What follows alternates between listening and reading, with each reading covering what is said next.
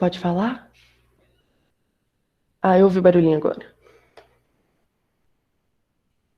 Pode ir, pode ir. Pode ir? Então, oi, gente, boa noite. Como é que estão todos? Estou sentindo a falta de vocês na minha aula, viu? Só o Horácio que está me acompanhando aqui firmemente. Eu vou separar esses 10 primeiros minutinhos da aula, mas para corrigir o exercício que eu deixei para vocês no Classroom. Os 3 exercícios referentes à Semana de Arte Moderna. Aí, quem não conseguiu fazer, eu vou fazer aqui os comentários sobre as questões, mas eu vou deixar um arquivo para vocês com o gabarito e uns comentáriozinhos sobre elas. Tá, a primeira questão, ela caiu no Enem de 2010. Vamos lá. Após estudar na Europa, Anita Malfatti retornou ao Brasil com uma mostra que abalou a cultura nacional do início do século XX. Elogiada por seus mestres na Europa, Anita se considerava pronta para mostrar o seu trabalho no Brasil, mas enfrentou as duras críticas de Monteiro Lobato. Com a intenção de criar uma arte que valorizasse a cultura brasileira, Anita e outros modernistas. Aí a gente tem aqui as 5 alternativas. A. Buscaram libertar a arte brasileira das normas acadêmicas europeias, valorizando as cores, a originalidade e os temas nacionais. B.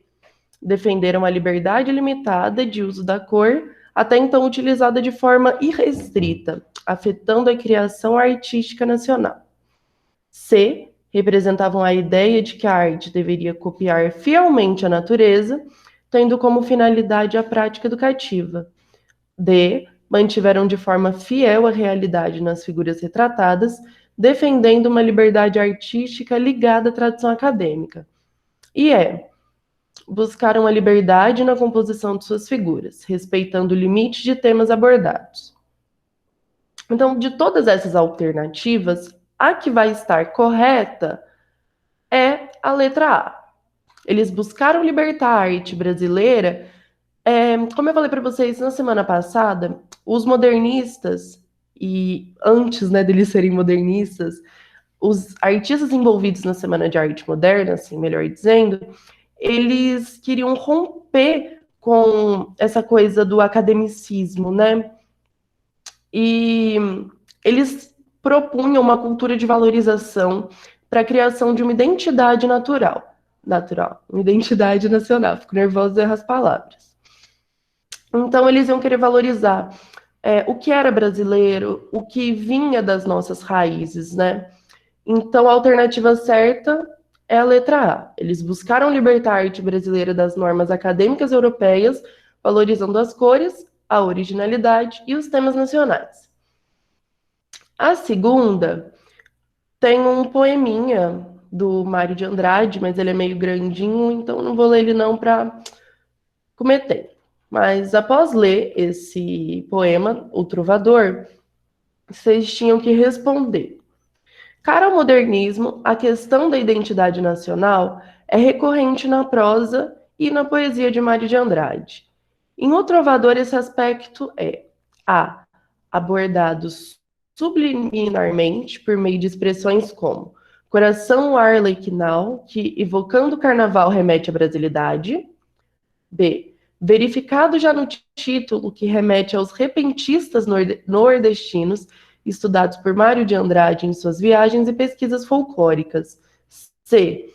Lamentado pelo eu lírico, tanto no uso de expressões como sentimentos em mim do asperamente, fim, alma doente, ou como pelo som triste do alaúde, do loron. D. Problematizado na oposição tupi versus alaúde, apontando a síntese nacional que seria proposta no manifesto antropófago de Oswald de Andrade. Então, a questão correta vai ser a D. Por que a D? Porque nesse poema do Mário de Andrade, a gente vai pegar a crítica que ele vai estar fazendo a essa coisa de você ter o tupi, que para quem não sabe era um índio como selvagem, e ter o alaúde como um ser civilizado. O indígena, antigamente, ele era visto como, assim, nos primórdios do descobrimento do Brasil, havia um questionamento muito forte de se o índio era um ser dotado de alma, por exemplo.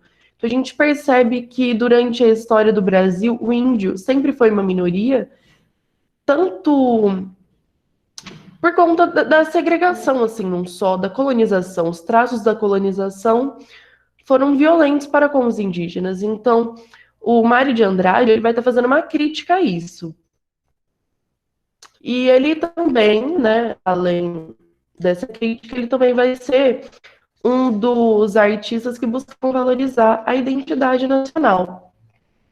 E o terceiro exercício, ele não caiu no Enem, mas eu selecionei ele, mas como fixação da nossa aula passada. Então, o que eu pedi para vocês? Que, através da leitura do poema Os Sapos, do Manuel Bandeira, na primeira vocês iam responder qual é o estilo de época e em que verso Bandeira vai identificar diretamente o estilo. Por quê? Porque nesse poema Os Sapos, o Manuel Bandeira ele vai criticar um estilo literário que foi herdado do passado. Era um estilo literário muito forte para aquele período. Então, esse poema dele, por ter sido mostrado, declamado na Semana de Arte Moderna, ele foi, sabe, causou um espanto. E aí eu pedi para vocês selecionarem qual era o estilo de época. E o estilo de época ele vai ser o parnasianismo. Falei dele bem brevemente também na aula passada. Se vocês tiverem alguma dúvida, é só perguntar.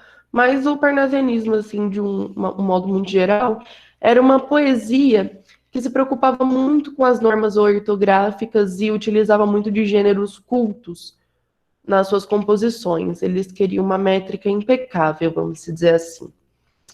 Então, os versos, vamos correr aqui no poeminha. O verso correspondente que vocês deveriam marcar é aqui. O sapo tanoeiro, parnasiano aguado. Diz meu cancioneiro, é bem martelado.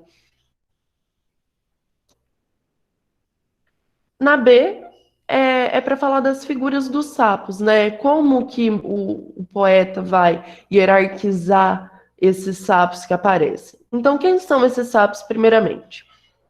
Os sapos, eles vão representar os diferentes tipos de poeta. E eu coloquei os dois principais, mas se vocês quiserem classificar os outros também, não tem problema. O primeiro é o sapo tanoeiro. O sapo tanoeiro, ele vai representar o poeta parnasiano, que é aquele que vai impor suas regras de composição, ditando que uma boa poesia tem que ser nas métricas parnasianas. Ele vai conceber, assim, no eu lírico, de acordo com o cenário da poesia, ele vai dizer que a poesia, ela é como o ofício de um joalheiro. Tem que ser uma coisa que vai ser lapidada, né, moldada com muita precisão, muita paciência, muito cuidado. Para eles, a poesia ela tem que ser uma coisa trabalhada, né? E o sapo cururu, ele vai representar o poeta modernista, que ele quer se libertar do academicismo e das normas impostas e advindas de culturas europeias. E aí, em cena, durante esses diálogos dele, ele vai sempre se apresentar como diferentão, sabe? Ele vai ser aquele que vai ter a opinião diferente dos outros. A última, eu pedi para vocês transcreverem os 3 versos que vão indicar o aproveitamento da tradição popular, que seriam, no caso aqui, as cantigas populares.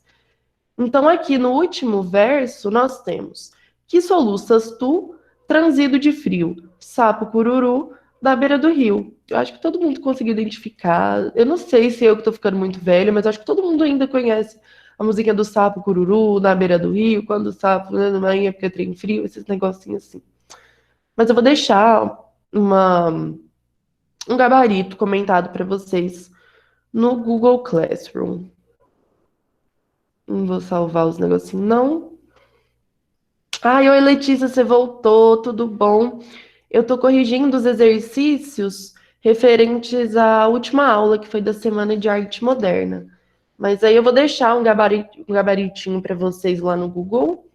Se vocês não conseguirem entrar, eu posso mandar no WhatsApp para vocês também, não tem problema. Não, ótimo que eu vou começar a aula do fim, né? Perfeito. Até agora alguma dúvida, gente? Tá tudo bem? Por enquanto, não. Tá tudo certo. Você lembra desse poema, né? Que eu te fiz ler ele todinho. Ah, lembro sim. Ai, tomar uma aguinha. Então vamos lá. Na aula de hoje a gente vai falar das figuras de linguagem. E assim, essa aula ela seria um pouquinho mais longa e eu vou explicar para vocês um pouquinho mais para frente. Mas basicamente aqui as figuras de linguagem, elas são divididas em 4 classes. Então, para vocês hoje eu vou passar as 2 primeiras classes e eu vou deixar gravadas as outras 2. Vai estar disponível no YouTube também, mas qualquer dúvida, gente, pode me mandar mensagem, não precisa ter vergonha não que eu respondo todo mundo. Por quê? Porque essas subdivisões dessas classes, elas são meio grandes. Vamos vendo como é que vai ser o decorrer da aula. Qualquer coisa eu apresento 3 e deixo uma para o vídeo. Se der, eu apresento tudo hoje. Mas eu queria falar que assim, não vai ser muito.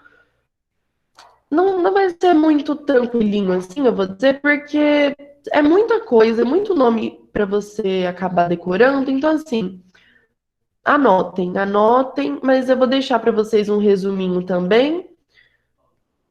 Posso deixar um resuminho para vocês também, com as principais figuras de linguagem que caem no Enem, tá? Então, assim, não precisa decorar todas as trocentas, não. Tem umas que costumam cair mais, mas é bom saber mais ou menos de todas, saber identificar. Então, as figuras de linguagem, elas também podem ser chamadas de figura de estilo. Elas são uns recursos linguísticos que vão ser usados para dar uma ênfase na comunicação, dar uma incrementada, assim, sabe? E elas são classificadas, como eu falei, em 4 tipos. A gente vai ter as figuras de sintaxe, que elas vão ser aquelas que vão interferir na estrutura gramatical da frase. As figuras de som, elas vão estar muito de acordo tanto com a sonoridade das palavras, mas em alguns casos também elas são utilizadas para descrever sons, por exemplo. E tem as de palavras, que elas vão estar associadas ao significado das palavras.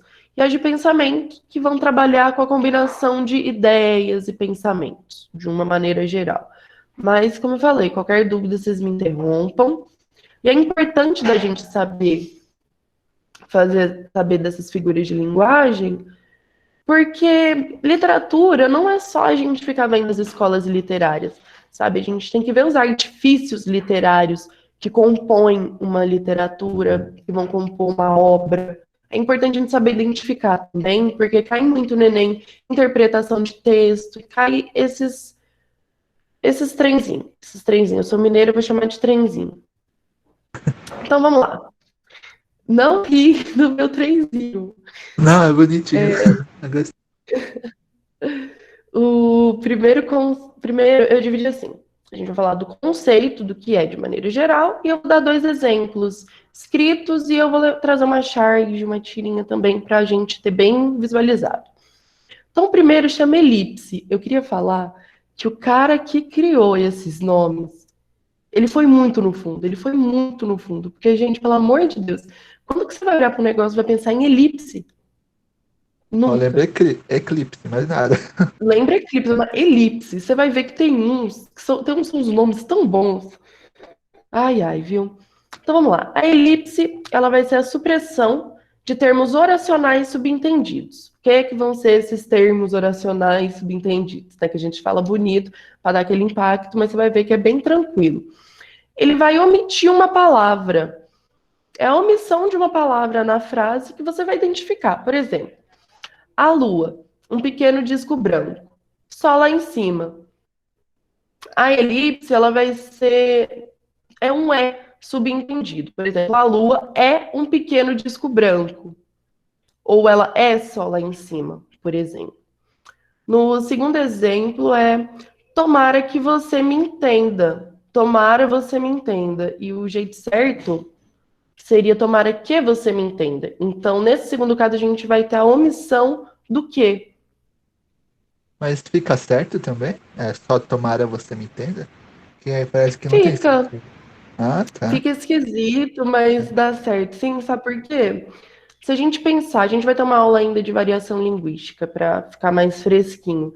Mas a língua, o primeiro não, o mais importante uso da língua é justamente a comunicação. Então, se a pessoa fala tomara você me entenda, você vai acabar entendendo o que ela quis dizer, o tomara que você me entenda. Esse ficou um caso mais assim, vamos dizer que não vai tanto de acordo com a gramática tradicional. Mas nesse exemplo 1 da Lua, dá para entender, sabe, a frase. A Lua é um pequeno disco branco. A Lua é um pequeno disco branco. Ficou claro assim? Ou tem Ficou. dúvida? Ficou assim. Deu certo? Deu. Ai, tá bom. Aí a gente vai ter aqui o exemplozinho visual. Gente, eu adorava nas minhas aulas de português esses momentos de ficar vendo tirinha. Ai, eu adoro. Você quer ler pra gente, Horácio? Pode Você não ser. cansar da minha voz? Nada. Primeiro ele começou a beliscar entre as refeições. Depois a comer sanduíches entre as refeições. Agora ele come refeições entre as refeições. E a gente pode perceber nesse caso, obrigada, Horácio, que aqui vai estar oculto o começou. Primeiro ele começou a beliscar entre as refeições. E aí seria depois ele começou a comer sanduíches entre as refeições. Então vocês percebem que assim não altera tanto a estrutura da frase, mas a elipse vai ser justamente isso. É uma coisa que ela vai estar omissa, subentendida. Esse nome também eu achei incrível. O Zeugma. O Zeugma ele vai ser o quê? Ele vai ser a omissão de uma palavra pelo fato dela já ter sido usada antes. Então, sabe quando você está escrevendo a redação e você já usou uma palavra e você não quer repetir ela para não ficar, assim, esteticamente maçante? É o zeugma. No primeiro exemplo, a gente tem. São essas as tradições de nossas linhagens. Estes os exemplos de nossos avós. Então, para não repetir o são, ele diz só estes os exemplos de nossos avós. Seria então tá omisso o esses são os exemplos de nossos avós, mas para não ficar repetitivo, ele oculta. No exemplo 2, a gente tem a frase: fiz a introdução, ele a conclusão. Para não ficar repetitivo, ele omitiu o fiz. Então seria fiz a introdução e ele fez a conclusão. Fica até mais bonito Aí assim. fica, né? Para não ficar tão repetitivo. Só deram nomes bonitos para pequenos artifícios de linguagem, assim. Então, na tirinha a gente tem. Letícia, você quer ler pra gente? Ou Letícia não tem microfone? Ai, que bonitinha sua voz. Lê, Letícia. Você é um colírio para meus olhos? Ó, é um descongestionante nasal para o meu nariz? Descongestionante. Um antiácido para o meu estômago? Tem gente que não sabe quando parar. Obrigada, Letícia. Você tá entendendo até agora? Tá tudo tranquilo? Tá tudo tranquilo. Ai, que bom.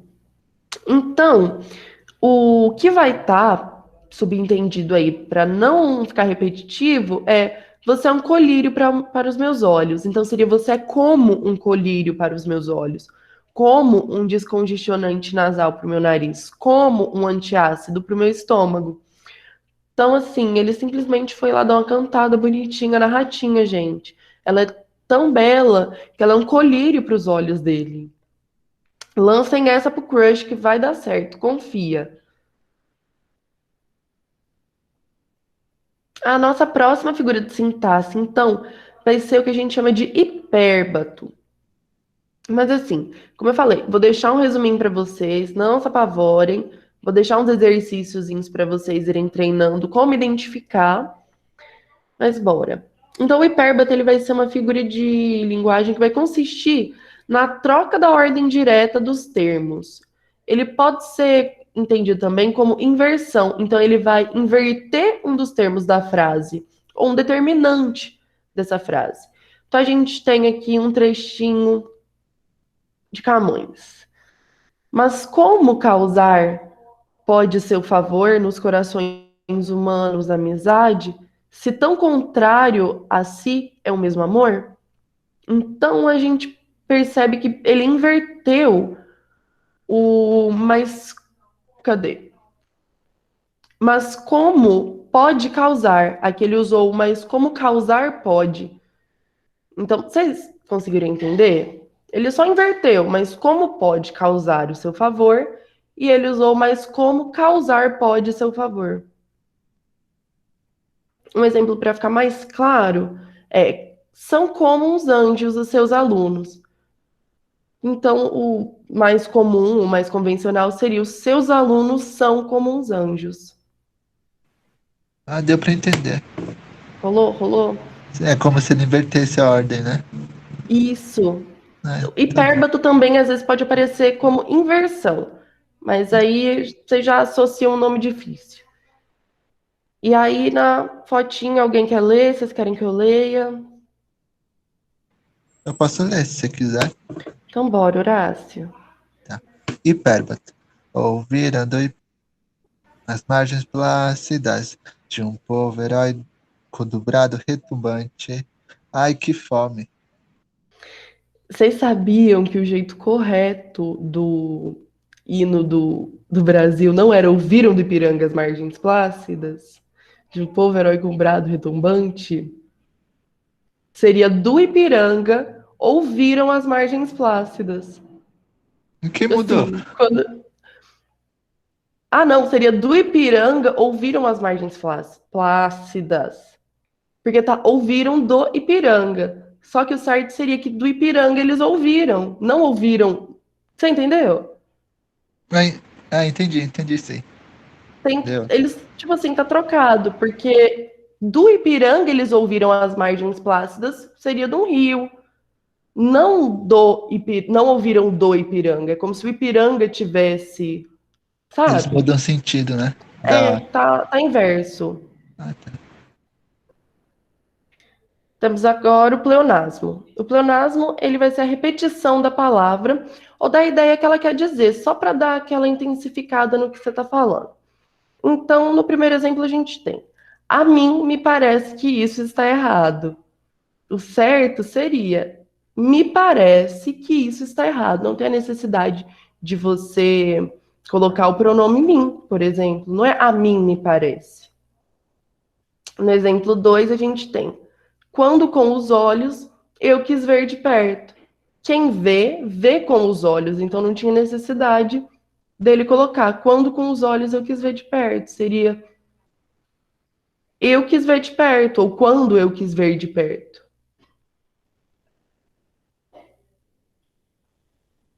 Letícia, você quer ler pra gente, Letícia? Gente, eu tô muito chata pedindo pra vocês lerem. Pode falar, eu não vou me ofender. Não, eu posso ler sim. Eu vou Ai, que começar. ótimo. Saia para fora. Sexo. Ela exaltou com um pleonasmo impossível. Ela não seria capaz. Então, o que era? Entendi. Levar a saia para fora? Ah, Ai, gente, adorei essa tirinha. Obrigada, Letícia. É que ela tá mandando o cachorro sair pra fora. Só que não precisava dela falar sair pra fora, porque quem sai já sai pra fora. Isso é um pleonasmo. Ficou entendidinho? Tá tudo certo? Sim. Ai, que ótimo. Temos também o polissíndeto. Polissíndeto, ele vai ser o uso repetitivo dos conectivos, como, são, os, as. No exemplo 1, então a gente vai ter: vão chegando as burguesinhas pobres e as crianças das burguesinhas ricas e as mulheres do povo e as lavadeiras da redondeza. Então vocês percebem que nessa primeira frase ele está repetindo muito os conectivos as, e, as, e, as. Normalmente a gente põe essas coisas sequenciadas, a gente põe vírgula, para não ter que ficar repetindo esse conectivo. Para ficar aí, eles foram à praia, depois, ir ao mercado, ir a não sei aonde. Para não ficar. O polissíndeto, então, ele vai ser essa repetição desses conectivos. No segundo caso, a gente tem as crianças falavam e cantavam e riam felizes. Essa coisa do i. Seriam só as crianças falavam, cantavam e riam felizes. Ou só falavam, cantavam, riam felizes. E aí a gente vai ter. Alguém quer ler? Eu adoro quando vocês leem, gente. Eu passo. Então, bora. Mãos ao alto. Mãos ao alto. Se for eleitor, passe a carteira. Se for deputado, passe a mala. E se for assessor, passe a cueca. Então aqui a gente tem a repetição do conectivo se for. Então, se for eleitor, se for deputado, se for assessor. Gente, eu adoro esses negocinhos. A gente vai ter uma aula só para interpretar a charge. Vocês vão adorar. Esther, eu vou. Oi.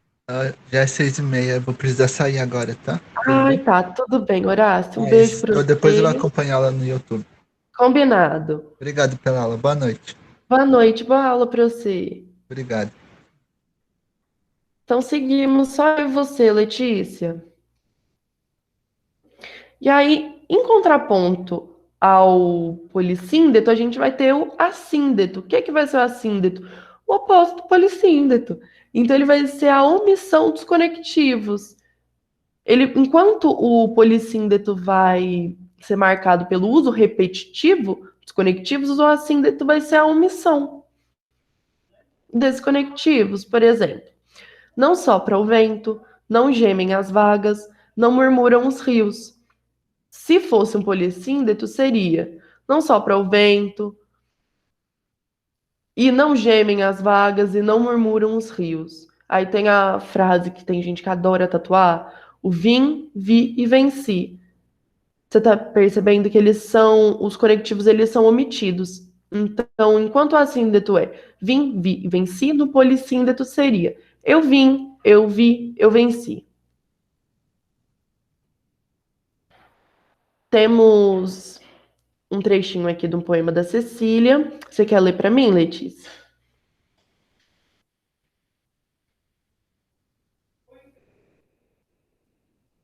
Acho que Letícia caiu. Então vou ler, viu? A tua raça de aventura quis ter a terra, o céu, o mar.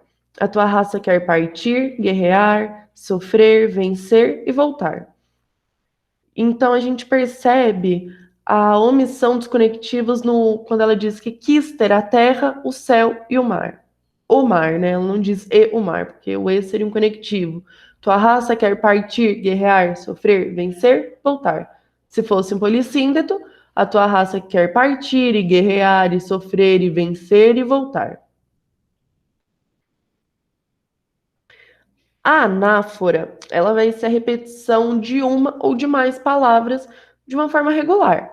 Então, por exemplo, a frase: se você sair, se você ficar, se você quiser esperar, se você qualquer coisa, eu estarei aqui, sempre para você.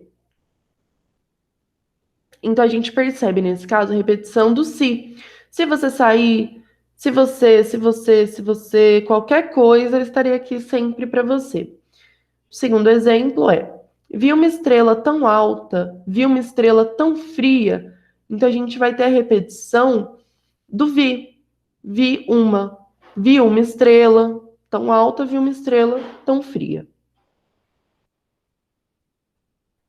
Doutor, eu tô com falta de ar. Só, pois esse hospital tá com falta de leito, falta de médico, falta de medicamento e falta de verba. Gente, nunca foi tão real, né? Esse período que a gente tá vivendo essa charge, assim, super necessária. Mas então a anáfora, nesse caso, vai ser a repetição da palavra falta. Porque o hospital está com falta de tanta coisa que a anáfora ela é utilizada para reforçar essa falta, essa carência de artifícios, né? Essa carência de dispositivos de saúde, vamos dizer assim. E agora a gente encerrou as figuras de sintaxe. A gente vai agora para as figuras de som. Então, relembrando, As figuras de som, elas vão estar relacionadas com a sonoridade das palavras, e algumas delas podem até imitar sons, vão ser usados para corresponder a sons. Então, a primeira figura de som é a aliteração. O que é a aliteração? Ela vai ser a repetição de sons consonantais. Então, ela vai ser a repetição de sons que vão marcar as consoantes. Por exemplo, a gente tem aquele trava-língua, o rato roeu a roupa do rei de Roma. A gente percebe a grande repetição do R. O segundo exemplo é: estranha, imensa música sombria passa a tremer pela minha alma e fria.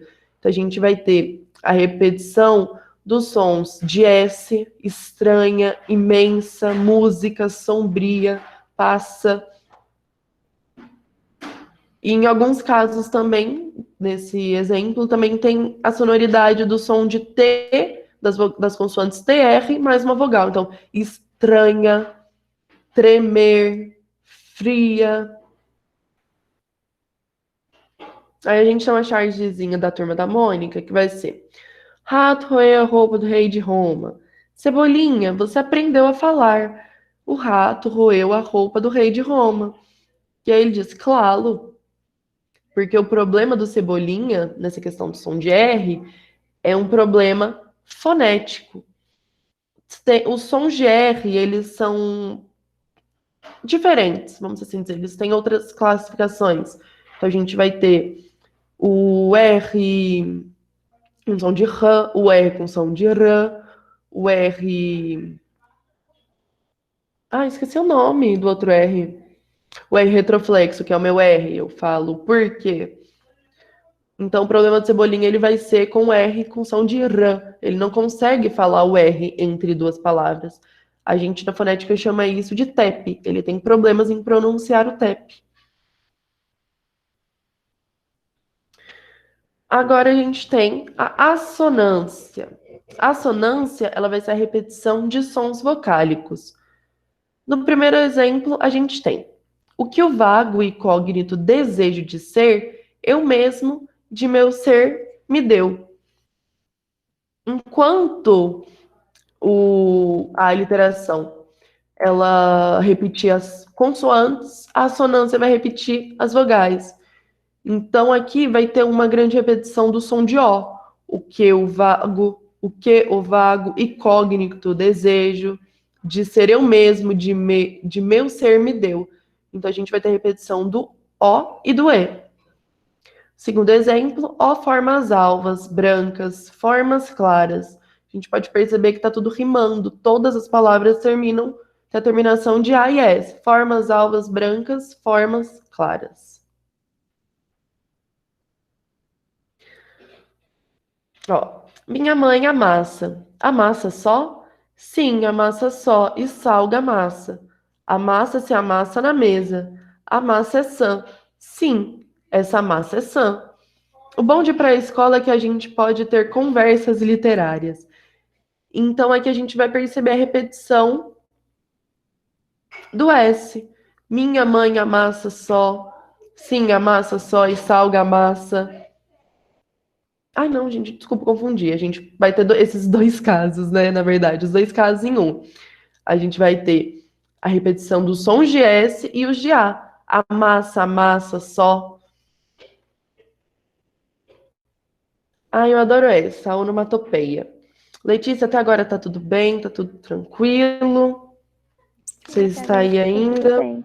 Aquela lá que você tinha falado, pode estar utilizando em poema? Essa daqui? Isso.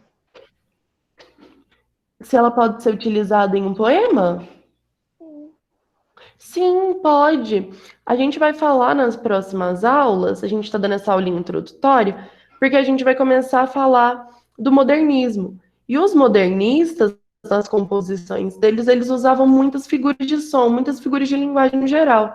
Então, essas linguagens, essas figuras de linguagem que eu estou mostrando para vocês, elas se encaixam muito assim na questão do que é literário, sabe? É uma linguagem poética, vamos dizer assim. Você entendeu? Entendi, obrigada. Imagina. Eu falo muito, minha garganta vai secando. Nossa Senhora. Então vamos lá. Oi? A onomatopeia, ela é a interseção de palavras no discurso que imitam sons. Resumindo, né, ela vai ser a classificação de palavras que vão dizer respeito aos sons. Quando a gente escreve toque-toque, atim, o miau. Então, no exemplo 1, não aguento mais o tic-tac desse relógio. No exemplo 2, o toque-toque, que corresponde às batidas na porta. O miau, que é o miado do gato. O atim, que é espirro. Tem uma curiosidade muito, assim, eu achei muito interessante quando eu descobri, mas aqui no Brasil, quando a gente se machuca, bate o dedinho na quina do móvel, a gente grita ai. Todo mundo berra um ai, ai, ai meu Deus, ai não sei o quê. E nos Estados Unidos eles não gritam ai, eles gritam out. Então já pensou, você bater o seu dedo na quina do móvel e gritar out em vez de ai? De língua para língua esses negocinhos vão mudando. Você quer ler para mim, Letícia? Pode ser. Bum, bum. Cebolinha, quer parar de fazer barulho? Blá, blá, blá. Obrigada. Então aqui a gente vê o bum bum bum, que vai corresponder a batidas. A gente vê que o Cebolinha tá ali batendo no pandeiro, o pai dele dá uma bronca nele para ele parar de tocar o pandeirinho. E aí ele faz outra onomatopeia, que é o boá, boá, como se alguém estivesse chorando. A paronomásia, ela vai ser, então, a repetição de palavras que os sons são parecidos. Então, por exemplo, o cavaleiro, muito cavalheiro, conquistou a donzela. Então a gente vê, cavaleiro é o homem que anda a cavalo. E cavalheiro é aquele homem gentil que a gente vê nos filmes, aquele cara que vai abrir a porta do carro para você entrar, que vai jogar o casaquinho dele em cima da poça para você passar e sujar o sapatinho. E o segundo exemplo, os magnetes atraem o ferro, os magnatas, o ouro. Os magnetes, nesse caso, eles seriam de tipo ímãs, sabe? Eles vão atrair o ferro. E os magnatas, que são os detentores de poder, assim, vamos dizer, eles vão atrair o ouro. Então a gente tem aqui o jogador. Perdi o pênalti por causa da grama. E o político perdi o escrúpulo por causa da grana. Então o cara ele errou o pênalti que ele cobrou por causa da grama, jogou a culpa na grama, e o outro perdeu o caráter, vamos dizer assim, por causa da grana, do dinheiro. Esses são casos de paronomásia, palavras que correspondem a coisas diferentes, mas que elas têm um som parecido. A metáfora, deixa eu ver que horas são, que daqui, vai dar tempo, 6h40. Eu tinha planejado só para dar esses dois tipos, as de sintaxe e as de som. Mas então vai dar tempo. Qualquer coisa, eu gravo as últimas. Então vamos lá. Agora a gente vai falar das figuras de palavra. A primeira é a metáfora. O que é a metáfora? Ela vai representar uma comparação de palavras com significados diferentes, cujo termo comparativo dela ele vai ficar subentendido. A gente vê muito metáfora, por exemplo, quando você vê uma pessoa, uma mulher bonita e você diz: "Nossa, você é tão linda, igual uma flor", ou "Você é tão cheirosa, feito uma flor". Isso é uma metáfora. É uma palavra que tem um significado diferente do que você realmente queria usar, só que essa comparação ela vai ficar subentendida ali na frase. Então, temos como exemplo: a vida é uma nuvem que voa. Então, a vida ela vai ser como uma nuvem que voa. Vocês entenderam? O segundo é: o personagem do livro tem coração de pedra. Em vez de dizer que o personagem do livro é insensível, você vai comparar ele para falar que ele tem um coração de pedra. A gente diz que uma pessoa tem um coração de pedra quando ela é não só insensível, mas quando ela não se abala por nada, quando ela é dura, grosseira. Ó, fala uma coisa romântica. Meu amor é uma caravana de rosas, vagando num deserto inefável de paixão. Uau, agora traduz. Aí você já tá querendo demais. Então ele quis dizer que o amor que ele sente por ela, ele é como uma caravana de rosas vagando num deserto. A catácrise, então, outra classificação, uma outra subclasse das figuras de palavras. A catácrise vai ser o emprego impróprio de uma palavra por não ter uma outra mais específica para você substituir. Por exemplo, a gente vai ter o embarcou há pouco no avião. Não existe uma palavra na língua portuguesa para corresponder ao ato de você viajar, entrar em um avião, porque embarcou, no sentido literal da palavra, é colocar-se a bordo de um barco.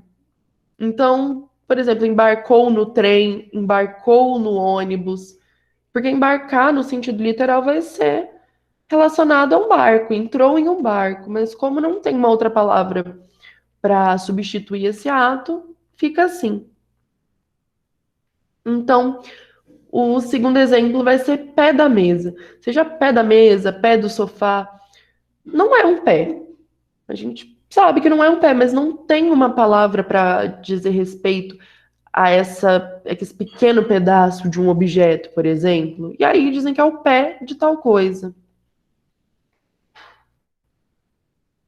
Por exemplo, a gente vê aqui uma bala dizendo: o senhor poderia me ajudar? Estou meio perdida. Fazendo uma alusão a essa coisa de bala perdida. Não tem um outro termo para bala perdida, mas vocês entendem que não tem como uma bala estar perdida, ela só não foi na direção que o atirador quis, vamos dizer assim.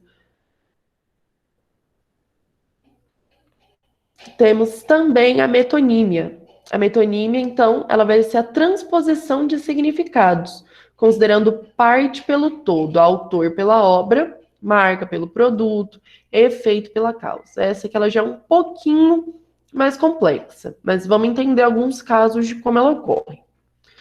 Costumava ler Shakespeare.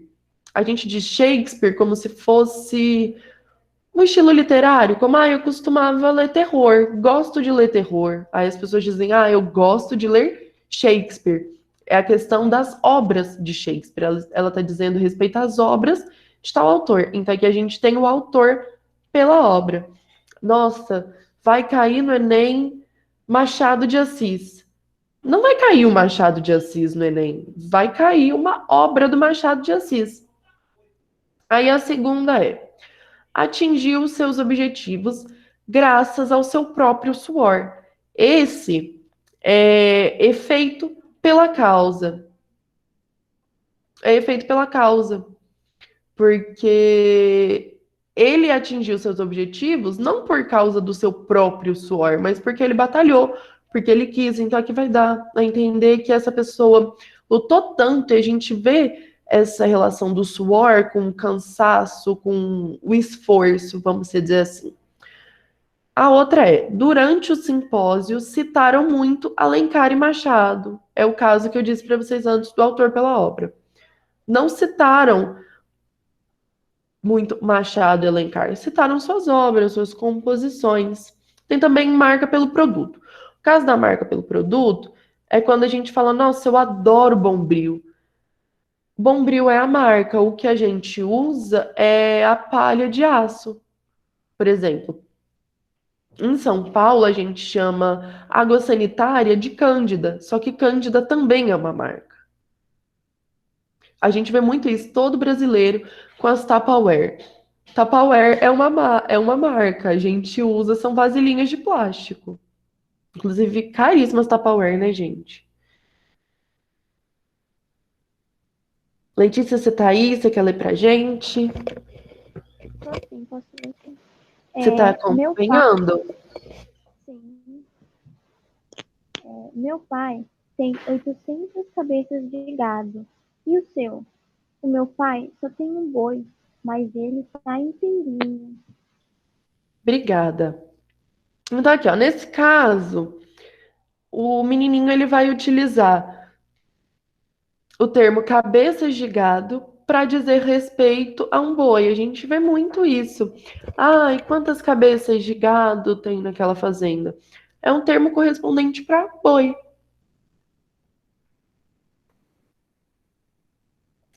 A segunda, terceira, que eu já até perdi a conta, é a comparação. A comparação, ela vai ser o oposto da metáfora. Por quê? Enquanto a metáfora ela vai omitir a comparação, a comparação, o conectivo, a comparação vai ser justamente o oposto. Ela vai utilizar-se de conectivos de comparação. Então, olha, seus olhos são como jabuticabas. Tá comparando os olhos da menina com aquela frutinha pretinha, brilhante, bonitinha, redondinha, que é a jabuticaba. E o segundo exemplo é: teu amor me ensinou a ser simples, como um largo de igreja. Então a gente vai ver sempre na comparação, uma coisa é como a outra, uma coisa é tão boa quanto a outra, uma coisa é tão ruim quanto a outra.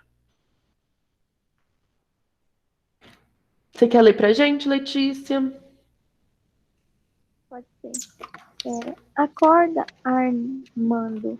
Você não sabe que o amor é como uma flor. Se não for regada, é bem cuidada, ela murcha e morre. Ah, o amor é como o motor do carro, Armando. Se não tocar o óleo e não cuidar da mecânica, uma hora ele não funciona mais. Ah, entendi. Então, nesse quadrinho, obrigada, Letícia. Nesse quadrinho, a moça tá reclamando, tipo, pô, você não sabe que o amor a gente tem que regar, que o amor ele tem que ser cultivado. Então, para dar esse toque nele, ela vai falar que o amor ele é como uma flor. E no segundo quadrinho, como ele não entendeu, ela não falou na linguagem dele, ela fala: "Ah, o amor é como um motor de carro. Se você não trocar o óleo, uma hora ele não funciona mais. Então, o amor é como uma flor e o amor é como um motor de carro. É sempre uma coisa como a outra. Uma coisa feita a outra. A próxima figura de pensamento, então, ela vai ser a antítese. Antítese, ela vai ser o uso de termos que vão ter sentidos opostos. Então, vamos ver isso em prática. Toda guerra finaliza por onde devia ter começado, a paz. Então, a gente vê guerra nos remete a violência, nos remete a desentendimentos, a disputas, e a paz é totalmente o oposto. Segundo exemplo, uma parte de mim é multidão, outra parte, estranheza e solidão. Então, ele está falando que uma parte dele é multidão, ele é da galera, ele é do povo, e uma outra parte dele é solitária. Então, a gente vê, é igual uma pessoa extrovertida e uma pessoa introvertida. Uma pessoa extrovertida, ela fala mais, faz amizades rápido. Uma pessoa introvertida, ela vai ser mais na dela. Então, vai ser o quê? O uso desses termos opostos em uma mesma frase. Aí a gente tem esse quadrinho. Sabe, Adão, tudo precisa de um contraponto.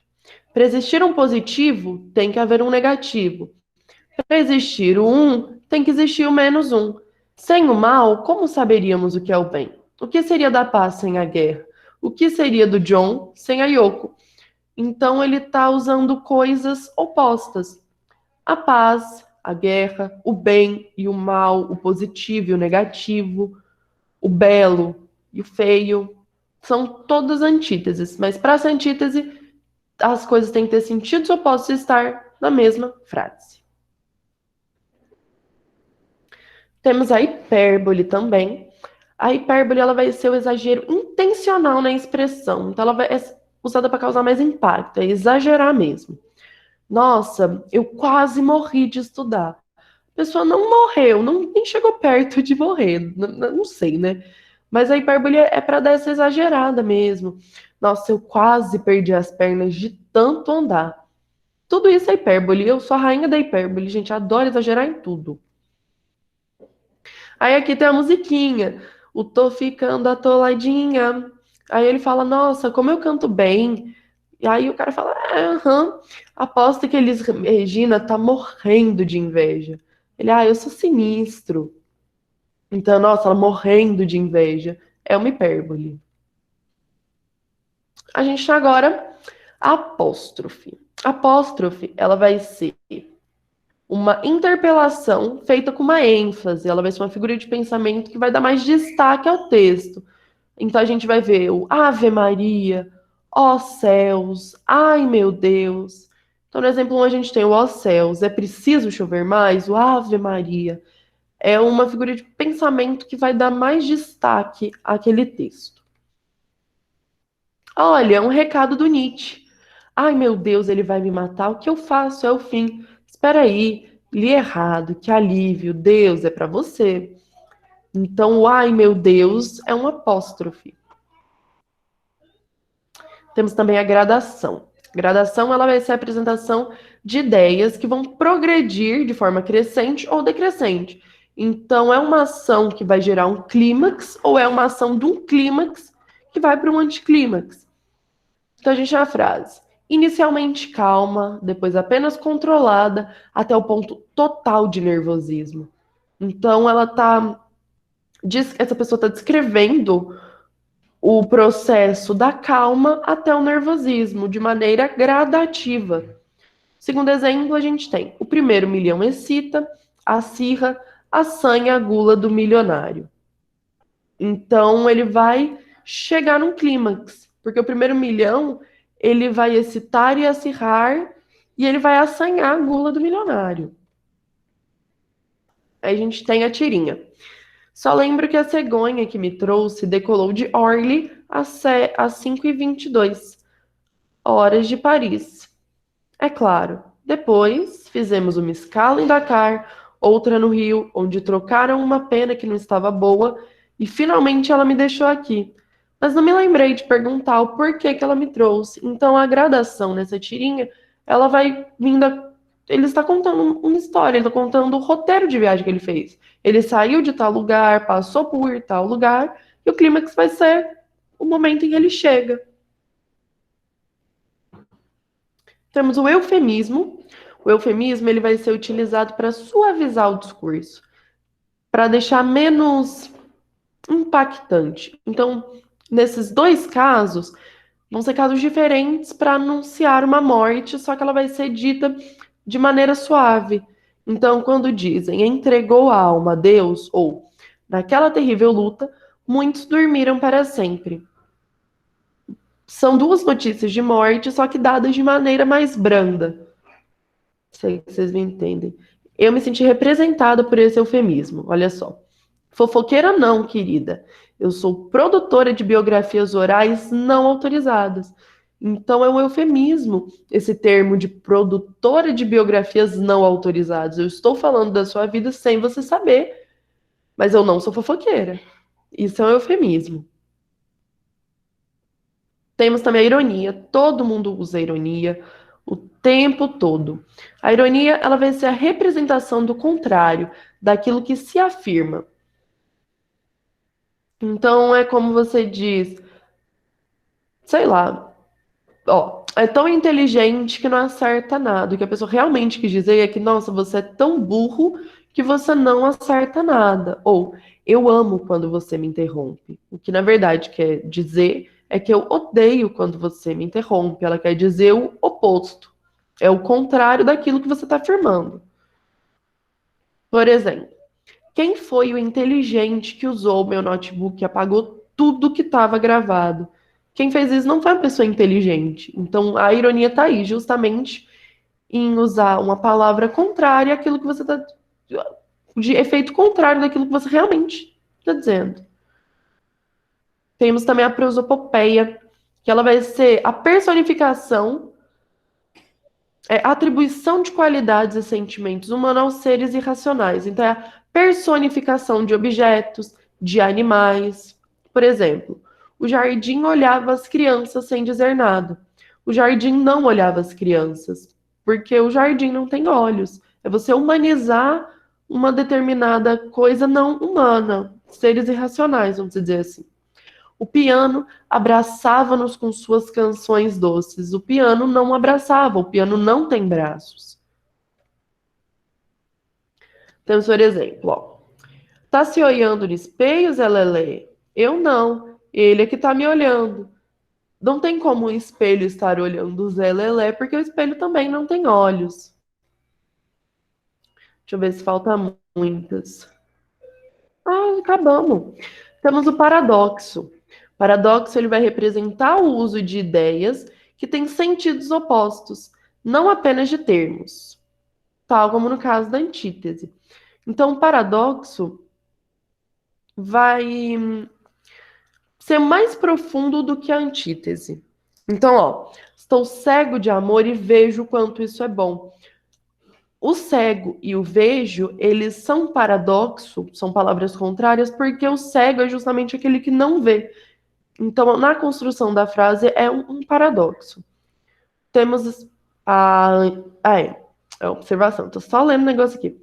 A antítese, então, ela vai se opor a palavras que já são de opostas. E o paradoxo, ele vai ser aquele que vai se opor a ideias opostas entre si, como no estou cego de amor e vejo o quanto isso é bom. E a antítese é a questão do não há paz na guerra, não há guerra na paz, vamos dizer assim. Toda certeza é relativa. Você tem certeza, professor? Ele diz absoluta. Então é um paradoxo, porque ele está falando que as certezas elas são relativas. Então as certezas são inconstantes. E ao mesmo tempo, quando alguém pergunta se ele tem certeza do que ele está falando, ele diz que ele tem certeza absoluta do que ele está falando. Então, essa foi a nossa aula de hoje. Vou deixar um resuminho para vocês no Google Classroom, com alguns exercícios também. Eu vou deixar destacado as figuras de linguagem que mais vão cair no Enem, para vocês se atentarem. Próxima aula a gente pode fazer também um exercíciozinho de fixação, para vocês aprenderem a identificar mais fácil quando cair numa questão. Você vai bater o olho e falar hipérbole, por exemplo. Então foi isso. Você tem alguma dúvida, Letícia? Por enquanto ainda não. Ainda não? Ai, eu não tinha visto o chat. Ai, mas que bom que você abriu o microfone. Nenhuma dúvida mesmo, tá tudo bem? Tudo certo. Aí você vai passar os exercícios no Google Classroom? Isso, eu vou colocar. Vou pôr uma colinha lá para ficar mais fácil, para decorar. Tá bom? Qualquer coisa, se você não tiver acesso, você pode me mandar uma mensagem que eu te mando no WhatsApp também. Tá bom? Tá bom. Obrigada pela sua presença. Foi ótimo que você não me deixou sozinha hoje. Um beijo, uma boa semana para você. Olha, eu consegui acabar 1 minuto antes da aula acabar. Certinho.